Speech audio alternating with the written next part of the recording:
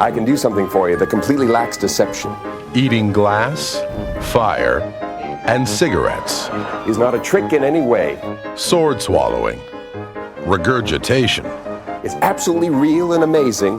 Sorcerers. And is also really vile and disgusting. This is very weird magic.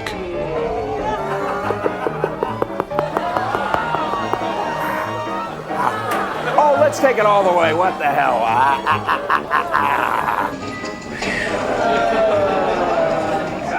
Why do people want to see this stuff? I'm not sure they do. Yeah. Oh, thank you. Look at that. Look at that, folks.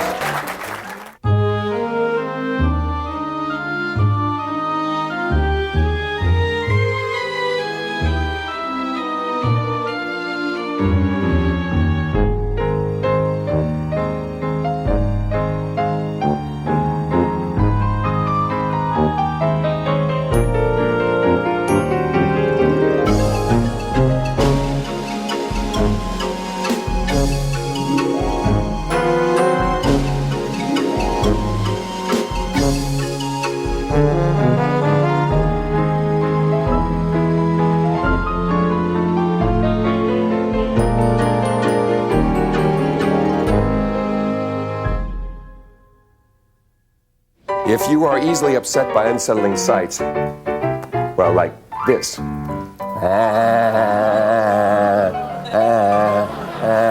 There is a type of magician who would rather shock than dazzle you.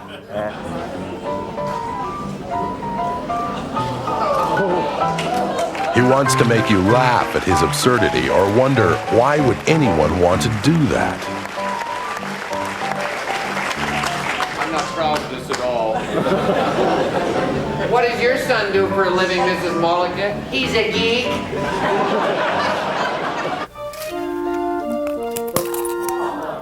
Todd Robbins is a specialist in what we're calling weird magic. Robbins breathes fire, swallows swords, and walks in bare feet on broken glass. But his specialty, his raison d'etre, is eating light bulbs.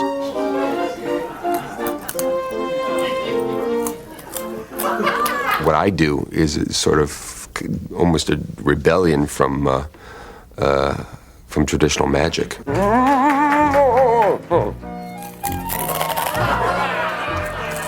Magicians look at this and say that what I'm doing is not magic.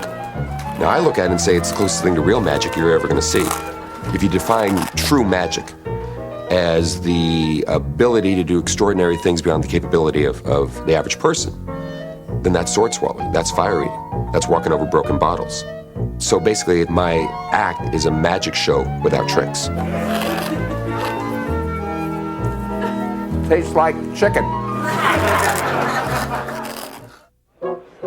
Unlike most magicians who follow in the footsteps of Houdini, Blackstone, or Henning, the specialist in this kind of magic finds his roots in the European street fair or North American carnival sideshow. We've got 11 attractions under that tent.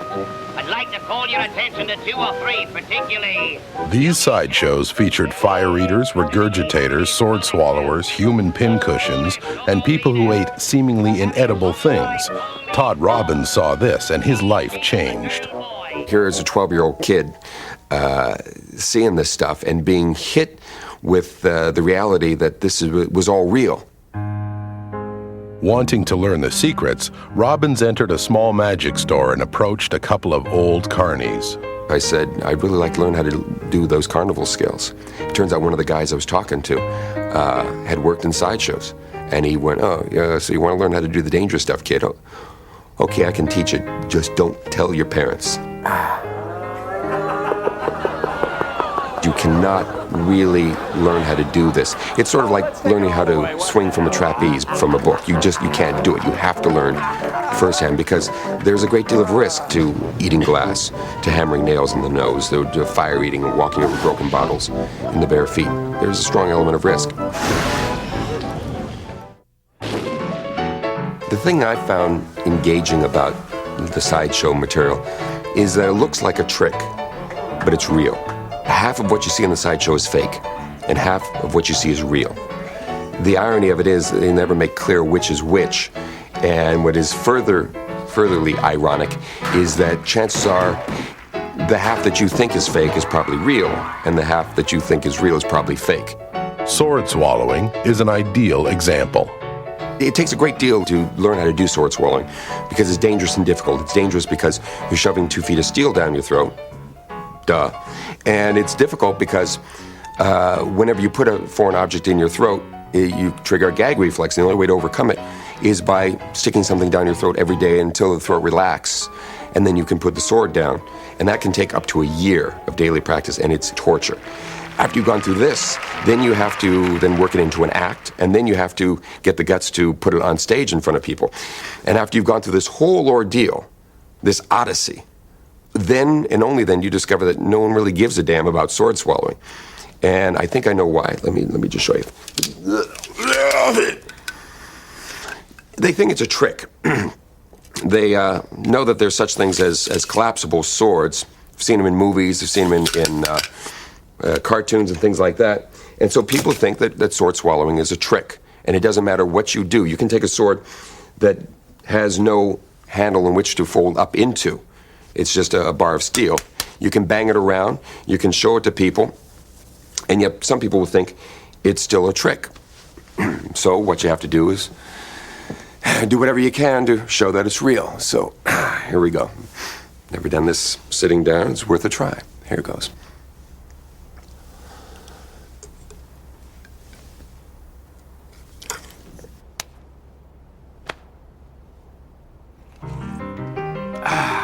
There was nothing like the taste of steel in the morning. Oh, look, my fever's gone down. So, and the great thing about it is when people realize that what they've just seen is real, when they dismiss their cynical intellect, and it hits them on a much more profound level than just seeing a card trick. For instance, just what you're going through right now. Like all sword swallowers, Robbins has been injured, scratching his esophagus. Others have died. There was a guy who took a dipstick from a car and swallowed it, and it punctured right through into his lungs, and there was internal bleeding. And kids, don't try this at home. Wait till you get to school. And and this guy knew what he was doing, and he still ended up, killing himself doing this. Although difficult and dangerous, sword swallowing is not the highlight of Robbins' show. That honor goes to the eating of light bulbs. There's no trick to it, but there is a technique behind it. There's a way of chewing up the glass and swallowing it so it doesn't cut up the mouth and throat. And there's a diet and regimen that I go through each and every day that keeps it moving through my system. Just talking about this makes me hungry. I'm ravished, I'm starved, I'm in the mood for a light snack. The thing I enjoy most is getting someone who's very full of themselves, who insists after the whole thing that it can't be done. You can't eat glass. I will then, if it's convenient, grab the person and say, okay, come on. And we'll go down to the local market. I'll give them money and say, buy a light bulb. Or if we're sitting somewhere and it's, convenient, I'll say, now, is that a real light bulb? Is that glass? Okay, unscrew it. And do it right there for them. And it just like a 2x4 right between their eyes. It's great. Surprisingly, in the hierarchy of sideshow skills, glass eating isn't considered the preeminent special talent. It's a little bit stale. I guess we'll try something else. That ranking goes to the regurgitator. Of the physical stunts still practiced today, it's definitely the weirdest. When John Thompson, now world-renowned as the Great Thompsoni, started out as a 12-year-old fire eater and sword swallower, he worked Chicago's Riverview amusement park in the mid-40s, and he worked with the weirdest of regurgitators, Waldo the human ostrich. He had a Viennese accent on top of everything else. He would say, "My name is Waldo, the human ostrich." And he says, "I've been written up 6 times in the Robert L. Ripley column, and I'd like to show you why they call me the human ostrich." And he would have a pie pan, and he would pass this pie pan out, and he would tell everyone to put, if you put a nickel in, he'd give you a nickel at the end of the show. If you put a quarter in, well, most kids would say, "Let's put a nickel in," and then they'd try and get a quarter back at the end. Well, he would get all the money, and then he would take it and down it, just swallow it all, and he'd say, Yeah, this is why they call me the human ostrich. And he opened his mouth and people looking, and there was nothing there, you know. Then he'd say, I'm still hungry. And he would take a couple of bridle rings and he'd clack them together, you know. And he kind of put them in his mouth and they'd kind of stick out the sides like they could pop. And now everybody really, there's nothing in his mouth. He really swallowed these things. He said, I'm still hungry. Maybe I will have some fish. And he would bring out a little fish bowl with a goldfish in it, and he'd catch it in the net, and he'd put it in his mouth and let the tail do this, and then go.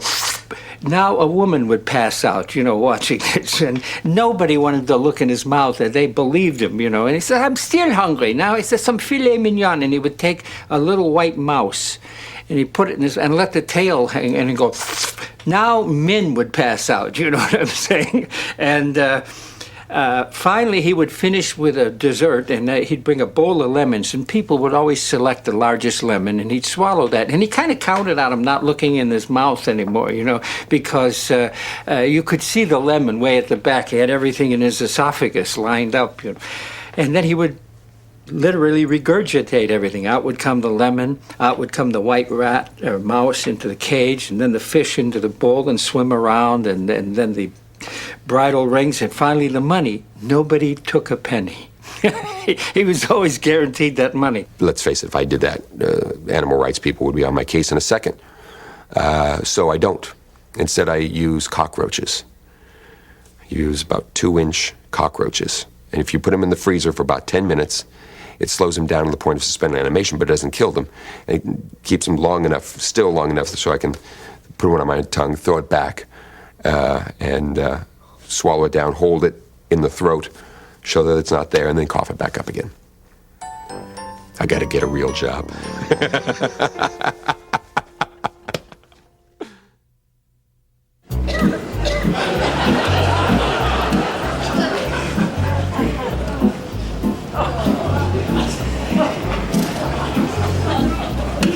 Do you mind if I smoke? Unusual acts such as Tom Mullica's are not new to magic. In the early 19th century, performers like Chabert, the Fire King, would stroll into a blazing inferno and emerge 10 minutes later unscathed. Such unusual attractions were the mainstay of turn-of-the-century dime museums and sideshows. There was, for instance, the three-headed woman, or similar human oddities such as Count Ivan Orloff, the human window pane, a man with eerily transparent skin, or Major Zamora, the celebrated triple-jointed dwarf. By the 1950s, the mainstream popularity of circuses and sideshows had largely disappeared with the emergence of the new medium of television. But all of these elements, oddball stunts, blood, gore, and human freakishness, eventually resurfaced in a unique style of touring show known as the Ghost Show, which usually sold itself in the most gothic manner, borrowing heavily from the horror films of the 1930s.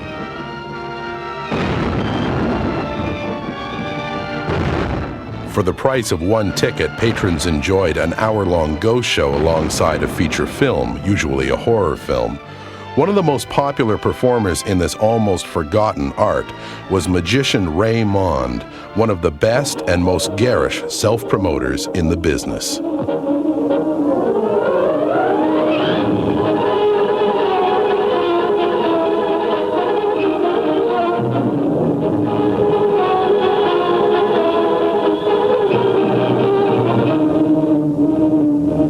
Raymond began as a medicine show stooge and worked his way up to a full evening show, becoming famous for his very weird blend of magic and horror. Raymond's ghost shows would present tricks that had to be patently fake, like decapitating an innocent member of the audience with a buzzsaw, yet he would play it for real.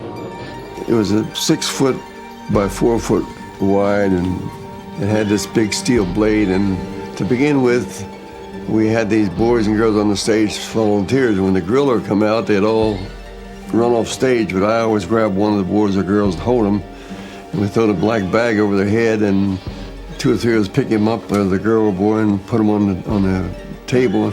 The assistant would bring out a glass of green smoking liquid, and as I started to drink it, look at the kid out on the stage. Do you know what this is? This is the greatest cockeyed concoction that's ever been concocted.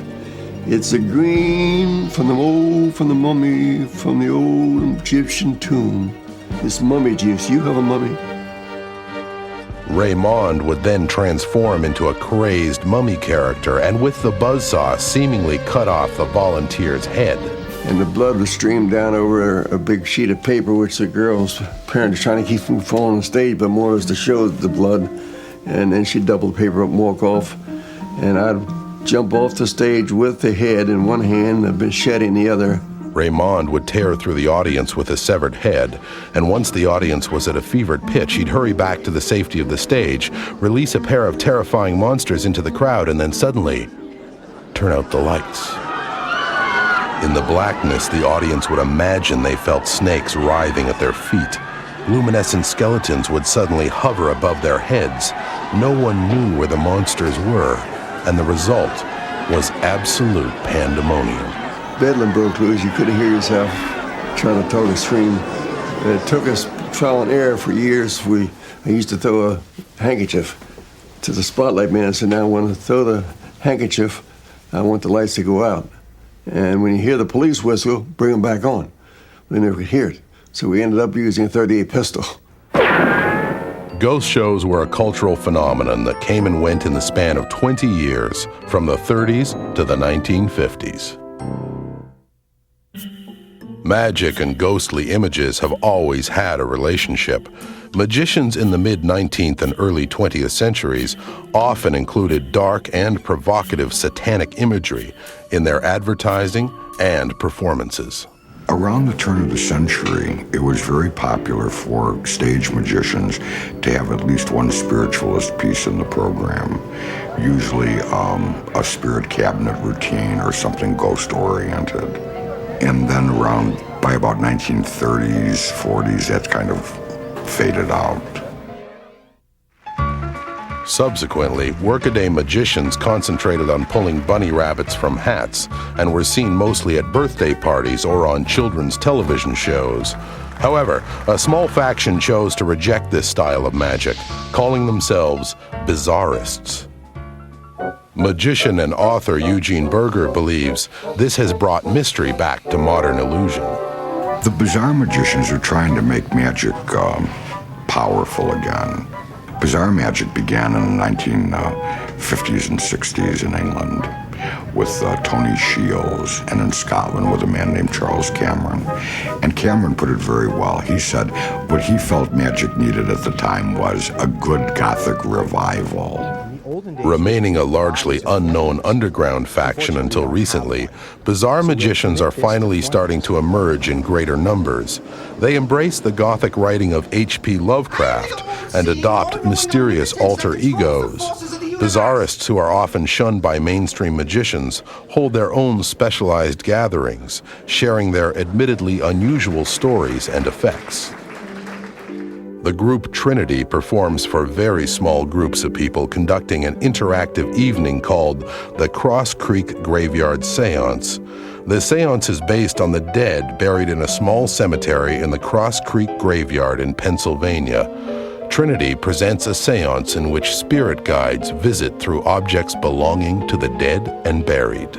And as I reached into my pocket to pull out my watch, it slipped from my cold fingers onto Margaret's grave. Well, I can guarantee you what they're not going to experience is your typical Hollywood late-night movie type of seance, okay? We are giving them as real an experience as their imaginations and their emotions allow them to experience. What Trinity wants is for their seance to seem eerily real. For them, the seance is a shared voyage into another world, not just a show. Would you tell us at what time Michelle's soul was touched? 9:30. 9:30? 9:30? Michelle, would you read what the letter has to say? Dear brother, I'm writing you to tell you that our mother has died of the pox. She died last night about 9:30. Michelle, what time did she die? 9:30. At the same time your soul was touched? Anthony, I believe we made a contact. In our performance, in our entertainment, in our theater, we're not looking for people at the end to stand up and cheer and clap. We're looking for stunned silence, nervous laughter. I guess women sweating and men crying are quite acceptable. So that would be a successful seance. The bizarrists want to share experiences. Similarly, sword swallowers and glass eaters are sharing something equally unusual, but they all stay clear of the occult, believing that it may be pushing limits too far. What's too far in today's society? Does bizarre magic go too far? Hard to say. I mean, for some people, sure it is, and for others, it's probably not enough.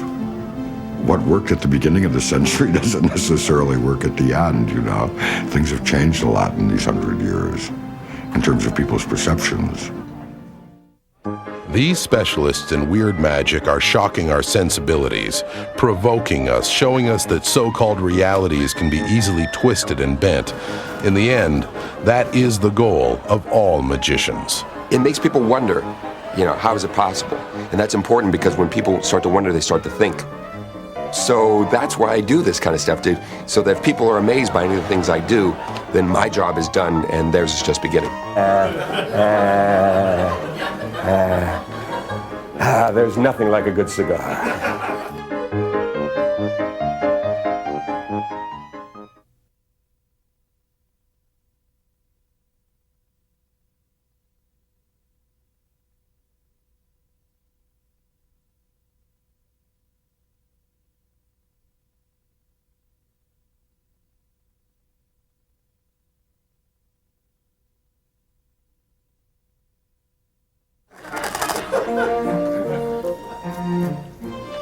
Don't you hate it when you get a piece of glass stuck in your teeth? I hate that. It's okay, I'll floss with the filament. Oh, by the way, in case you're wondering, I'm not going to eat this part. The reason is because I'm flying down south to do some colleges tomorrow. And if I eat this now, it'll still be in my system when I go through the metal detector at the airport. And if you were working security, would you believe my story? No. I can practically hear the snap of the latex gloves as they prepare for the full-body cavity search, so I'm not going to eat the metal part. But the glass, yeah, here it goes. Oh, it's gone. Go around, please hold it apart and get it all done.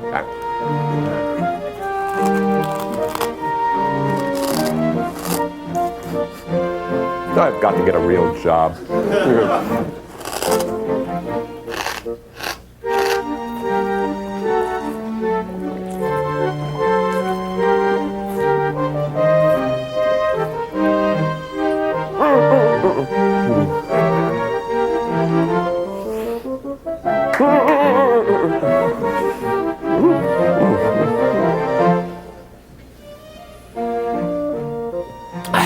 Now.